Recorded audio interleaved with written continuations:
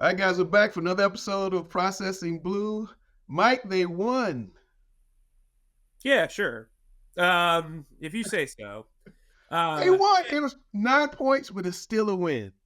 Yeah, no, look. Nobody saw it, but they won. Look, I wrote in my lead that it took a torrential downpour and a rainstorm for the Panthers to experience a little bit of sunshine for the first time in like 2 months. Gritty win, interesting win. I think it speaks to the character of the coaches and the players that are still here.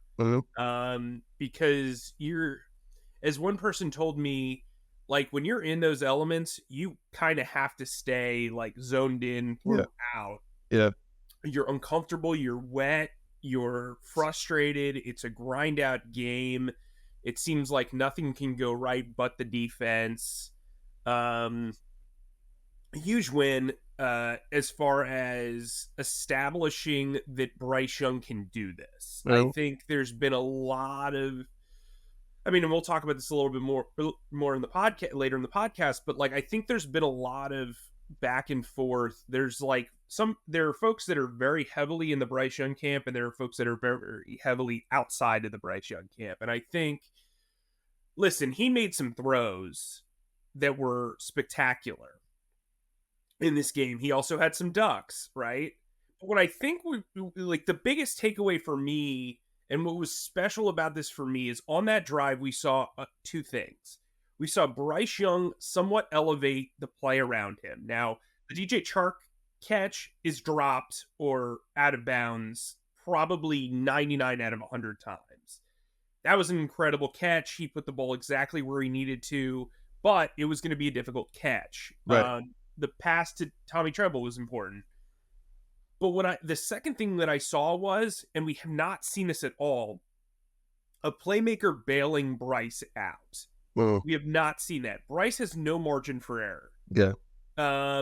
And he underthrew the heck out of that ball to Jonathan Mingo that collected 20 yards. And Jonathan Mingo dove for the ball, won a scramble drill, did a nice job. I think that's important to see, because Bryce Young is a guy who, to this point, has needed perfect parameters to have a really good drive. And I don't think that is necessarily something that shows tangible growth.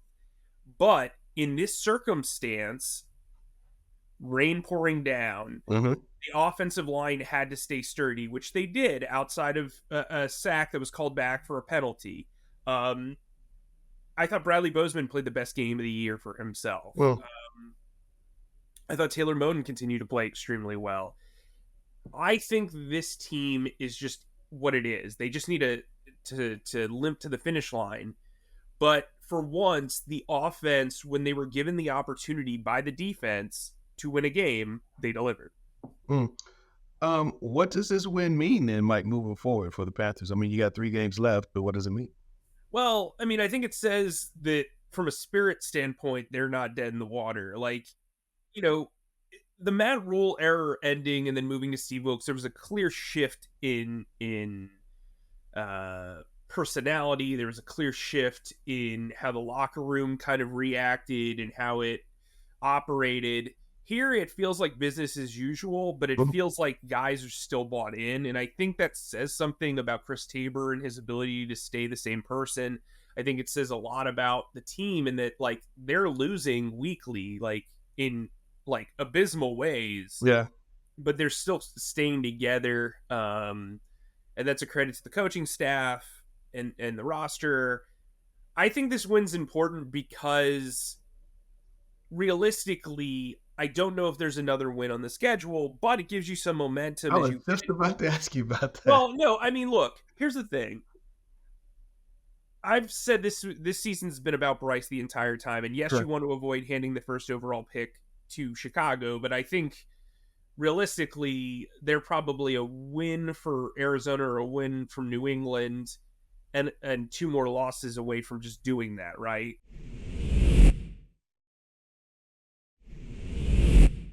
The masses need to see that Bryce can have one of those games, because truthfully, they're undrafted rookie quarterbacks. There are late round quarterbacks that are rookies, CJ Stroud, all that stuff. everybody you want to compare him to, he's the guy that has accomplished the least, really. Like from a singular game standpoint. And so, Green Bay just gave up over 300 yards to Baker Mayfield and 4 touchdowns, by the way. This could be a prime opportunity at home for surrounded by Packers fans for him to. So you don't think the win is going to change the fans coming to the games or not? I mean, maybe a little bit, but Packers fans travel like crazy. They're like Eagles fans. But they got to get tickets to come in. Right. So, I think this is an opportunity for this team to say, you know what? We have some talent here. We can put together a drive. Let's go put together a game. And I think, they're going to play Green Bay, who their defense is struggling. They're going to play the Jaguars, who seem to step on their tails almost every single week over the last month. And then they're going to play Tampa Bay, who is kind of like this Jekyll and Hyde style team that one week they'll show up and play really well. The next week they'll be awful. And so, look, if they can go 2-3 in these next couple of games, in these 2-1, in these 3 games, I think that says a lot about the foundational pieces on the roster. J.C. Horn is back; he's playing extremely well. Derrick Brown, who we'll talk about later, is playing extremely well. The defense in general is playing. I mean, they only allowed 1 scoring drive, and really that was based off of 3 plays. So, I think there was a lot to take away from a morality standpoint, from a morale standpoint, and from a confidence standpoint. And really, that's all you can kind of tip your hat, lean your hat on, because there's nothing else to play for. The Packers lost 2 in a row. The Jaguars lost 3 in a row. I mean, is it realistic to think that the Panthers could have a 3-game winning streak going into Tampa Bay? Well, I'm certainly not picking them. There's a reason why I'm last in our our 4-man picks competition. I mean, they won by 2 points against a mediocre Falcons team. They've scored 24 points total in their 2 wins this season. Yeah, I mean, look, this team has not scored 20 points since the bye. It's a bad offense, and it's not going to get better until somebody new comes in. And I don't know how much it's on Thomas Brown, but he's certainly not helping some of the play calling. But he called a great final drive, but man, if I have to see a shotgun run on 3rd and 1 or 4th and 1 again, I'm just going to flip over my notes and say, hey, they're going to punt. But Mike, what was so different? Let's rewind way back to the Seattle game when they did move the ball, they did score. What has been so different between that game and the rest of them? Man, you are big on the veteran experience, just like you are here. Andy Dalton, man. I mean, I think, look, Andy Dalton knows what he's doing. There's no panic in him. He's been a starter in this league for over a decade. He's just used to it. I also think Seattle's passing defense was terrible at the time. I mean, we talked about it all week that week. Look, I mean, I hear you. It's one of those things where Frank Reich was calling the plays for a veteran quarterback. It was a little bit different, and I think he was successful. And I think people are right to point to that one game and say, look, well, the offense they still lost. They did. And lost by quite a bit. They did. So I think that was the only game that they eclipsed 20 points where they were not playing against prevent defense. And so, yeah, you could argue. Look, I said when they signed Andy Dalton, he was the perfect bridge quarterback, but everybody was like, no, if they draft somebody first overall, well, Bryce has got to start right away. No, he didn't. Why? What tangible expectation did you have that could have been met with him not starting the first 3 games of the season or the first 5 games of the season and then playing? I just... To me, they had so many opportunities to go to Andy, and they haven't. And so now you're kind of stuck. And if you were to move to Andy now, it would be a pretty transparent It'd be a shot that you want to save giving up the first overall pick. Like, that's really what it would be. I mean, Yeah. I don't really know what more there is to do. Bryce just led this game-winning drive. I don't know. They're in a lose-lose situation no matter what.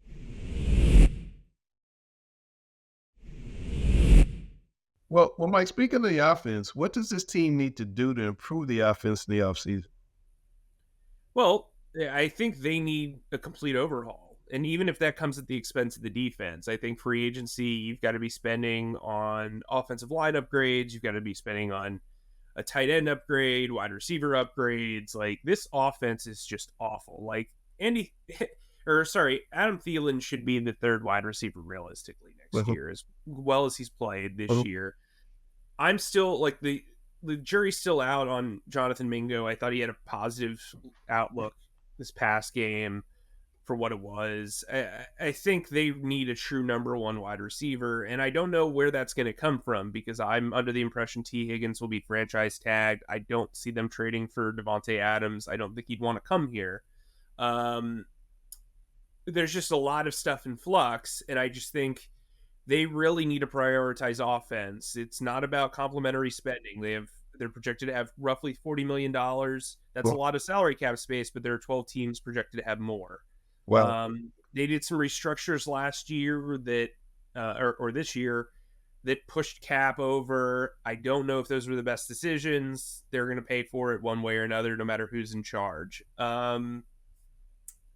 It's going to be a difficult offseason. Like, this team is not like a year away, and it doesn't matter who they hire. It doesn't matter how bad the division is. Like, they realistically should have viewed this season as a complete rebuild, and they didn't. And they made some moves that they were talking Super Bowl. You're not saying rebuild. It's crazy. Well, but why? Like, I understand. I know you're a glass half full kind of guy, but like, why?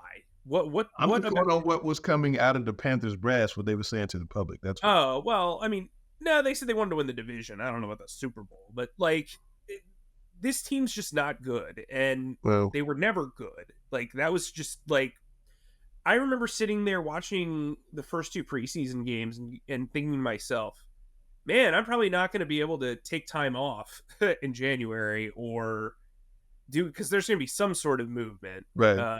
I didn't expect the head coach to be fired. I just figured there'd be like a new offensive coordinator or something crazy. But like, this team is just not good, and they're not going to be good for a while. And I hate to be negative here, but like, this is not a 1 year fix. This is not a one off season fix. Right. I hate to be extremely negative. It's just like the reality of the situation. They're a bad team. They don't have a first round pick. They've got to re-sign 3 major defensive players when they probably can only do 2 and still service the offense. This is a mess.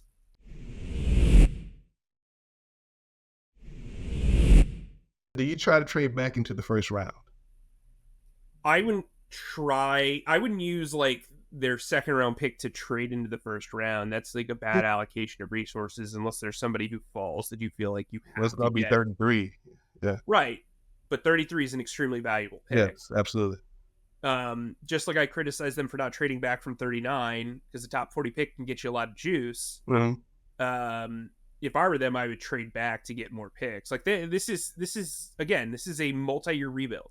Now, if you say to me, well, Brian Burns is franchise tagged and he can't agree to a contract extension, and you can trade him for a 1, sure. I would be pro that. You can't be this bad and not have a first round pick. It's whatever. But you shouldn't cut off your nose to spite your face either. You shouldn't be giving up more draft picks to trade up into the first round. Like, we saw it this year.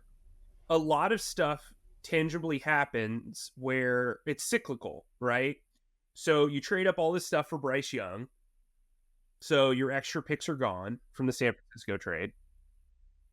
Then you sit at 39 because you feel like this is a must-have wide receiver, even though anybody from the outside could have told you he was a project that probably would have been around the mid-50s, and you could have traded back 10 to 15 spots and picked up another third-round pick. So, then, by the way, you could draft somebody at tight end or wide receiver again, or another position of need, instead of feeling the need to trade up for DJ Johnson, who was a 5th round pick on the boards of some of the people that I spoke with. Cool. They did that whole blueprint series where they're like, we won the trade chart. Well, it doesn't matter if you draft a player who is not good. Right. DJ Johnson he's been fine on special teams. He has not produced a sack. He's done okay against the run. I mean, we've talked about this a ton. I hated that pick. Not the process of the pick. Not, I'm not hating on the prospect. I'm hating on the process of the pick. Chandler Zavala, who I still think is going to be very good, has had like the most epically bad rookie season you could possibly have. Yeah. After being thrust into the lineup. Jamie Robinson's more of a special teams player. He was a healthy scratch this past week. Like, you've got to have a lot of lottery tickets when you go into the draft, especially when you're a team that's not good. And, I think forcing yourself into the first round is not a great use of assets. Remember, they don't have a 2nd round pick in 2025 either. Yeah. So compounding the problem does not make a lot of sense. I would wait to touch the defense until the draft, because you have this great core of veterans. Okay, let's say they trade Brian Burns, right? You still have J.C. Horn, who needs to prove that he can stay healthy. Derrick Brown. Hopefully you re-sign Frankie Luvu. There's, Xavier Woods and Von Bell feel like keepers.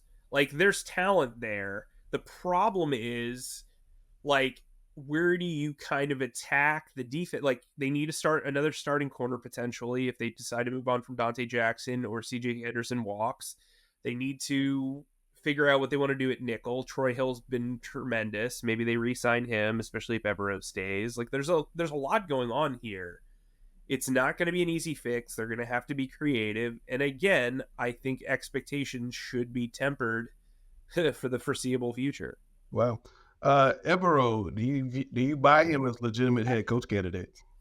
I think he's a legitimate head coach candidate. I don't know if he will be here. It does kind of seem like they want to go offense again. Just everything I've heard. That said, I think that's foolish. I think you should never try to put somebody in a box and make that what you hire. That's what you do with Frank Reich. You're like, oh, I want a QB guru and an offensive wizard or whatever. And then he comes out and does the exact opposite of what you intended to do. And so you need a leader of men. You need a person who can rally the troops, who can restore order, who can have a long-term vision, who can be here for several years. And that's, that should be a wide open search. Evero is a guy who has come in. He's dealt with a plethora of injuries everywhere. I think every member of the secondary has missed multiple games due to injury or what have you. And then, he's working with Derrick Brown and a bunch of people no one's ever heard of up front. And they're playing better against the run over the last few weeks. Linebacker, they lost Shaq Thompson after almost immediately. They've been through the ringer on defense, and Evero has been able to, save the group in a lot of ways. And I think that speaks to him. Then again, you say to yourself, well, some guys are just coordinators. And I mean that in a general sense. I'm not saying that's Evero. Right. I just think you've got this great young coach. And if you want to keep him, I mean, chances are, he's going to get interviews for head coaching jobs again. He's seen the league as a really sharp guy and a guy who's on the rise. Maybe, you've been able to scout him for an entire year. Yeah. He should be a heavy favorite in the candidate race, and I just don't get the feeling that they really want to do that. Who do you think will be the favorites of the candidate race? And if Mike Tomlin is not with Pittsburgh next year, would he be one of them? I don't know. Would he want to come here? That's the question. Like, that's always the question. Like, Ben Johnson's going to be high on their list. Yeah. I expect, if they do open up the search to stuff outside of offense, Dan Quinn's going to be the belle of the ball this offseason. He's going to get another head coaching job. I think, like, the Belichick stuff is interesting, but he's older and Tepper wants a long-term fix. Yeah. Belichick's a great coach still. He's a terrible personnel man. So it's a matter of overcoming that. Well, he honestly has a pretty comparable draft record to the Panthers over the last several years, honestly. yeah. I think the last guy that Belichick signed who was a top 3 pick was DeMar Hamlin, or not DeMar Hamlin, excuse me, Duron Harmon. Well, And he was a 3rd round pick in like 2010. So like time ago, yeah. it's been a while. And so I think when you look at him, he's kind of aged out, I think, of the process. Do they want to hire a VP of football operations? Do they want to keep Scott Fitter? I think all of that stuff matters when you look at the head coaching search. I can't remember if I mentioned this on a previous podcast, but to me, Frank Smith is a guy they should look at. He's a guy who does a lot of the operational stuff behind the scenes for the Miami Dolphins. Well, I've gotten a lot of positive feedback about him.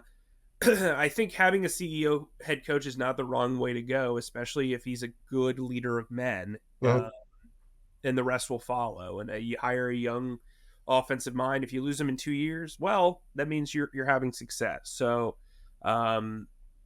I don't know. I think this is going to be a wide open race. I think they need to do a very good job of filtering out the system, whether that means hiring a search firm or, hiring a football czar at the top to be the go-between between Tepper and the front office.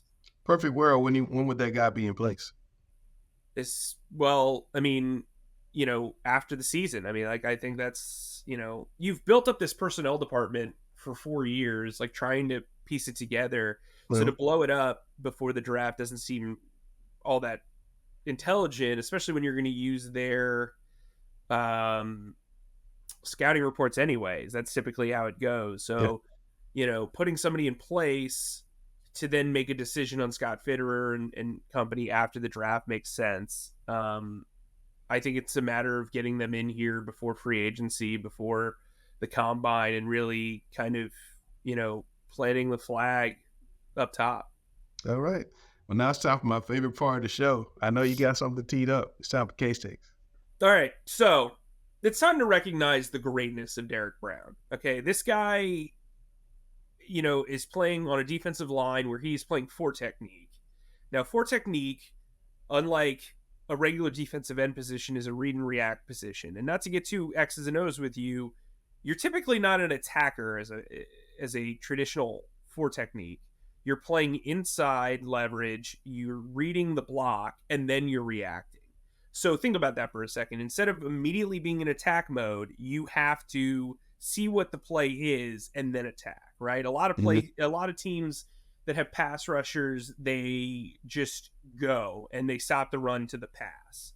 And so, what Derrick Brown's been able to do, sack numbers aside, he's getting tons of, I think PFF has him at 23 pressures, 41 stops. Those 41 stops, I believe, lead all inside defensive linemen in the league. He's just, he's dominant, and you see it on every play. And a great player is great when he affects the play and he's not even near the ball. And if you watch Derrick Brown, he's constantly affecting the play, whether he's near the ball or not. He's making plays for other people. He's a special player. I don't care about what the sack stats say. This dude is a top 10 defensive tackle in the league, maybe a top 5 guy. Well, He's had an incredible year. I think he's doing a lot of great work under Todd Wash. They seem extremely happy with him. And frankly, I would extend him before I extended Brian Burns based on performance this year. Okay. So, look, I mean, again, the sacks aren't there, but there's more to pass rush than sacks. There's pressures. There's, drawing doubles. They're setting the stage for other pass rushers. Like, he does everything. He takes on additional blocks. He moves guys out of the way. He's batting up passes left and right. That interception against the Saints was incredible. He is just such an impressive player and a gem and a blue chip player that I think this team has a really good face of the defense, whether Brian Burns is here or not. Okay. Well, there you have it for Mike Kaye, #1 Panthers writer. You guys out there on YouTube, make sure you like, share, and subscribe, and hit that notification bell so when Mike drops his latest episode that you get a hold of it. And we'll catch you next week on Processing Blue.